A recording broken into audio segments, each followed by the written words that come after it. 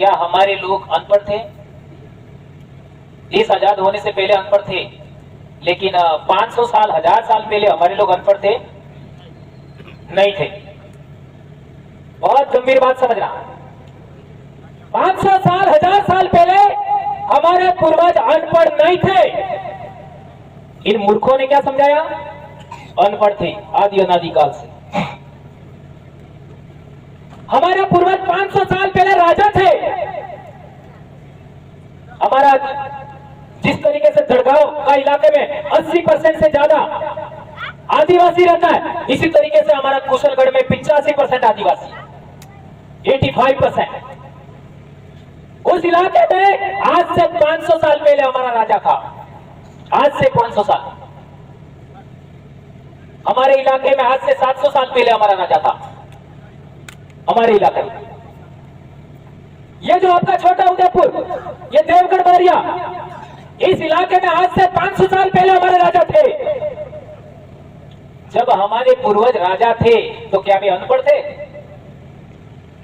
ये सवाल समझना पड़ेगा। ये मैं पढ़े लिखे लोगों को कहना चाह रहा हूं,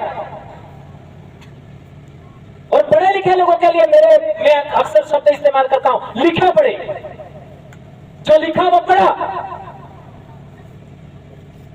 अब सवाल है बवर जी, आपने ये दो बड़ी बड़ी बातें बोल दी कि हमारे पूर्वज पढ़े लिखे थे, आपके पास प्रमाण क्या है?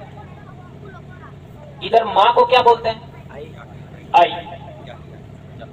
आई बोलते हैं, जो भी है ना, आई भी तो बोलते होंगे, मराठी है ना, ओके।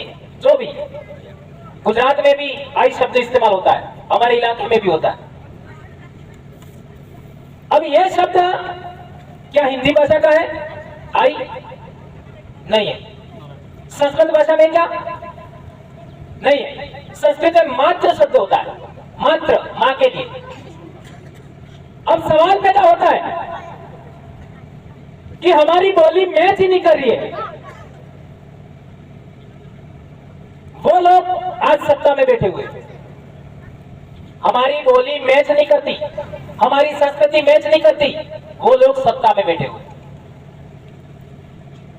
जो संस्कृत भाषा के जितने भी साहित्य, चाहे पुराण ले लो, चाहे आपका रामायण महाभारत ले लो, चाहे आपका उपनिषद ले लो, आरण्यक ले लो, वेद ले लो, सभी संस्कृत भाषा में।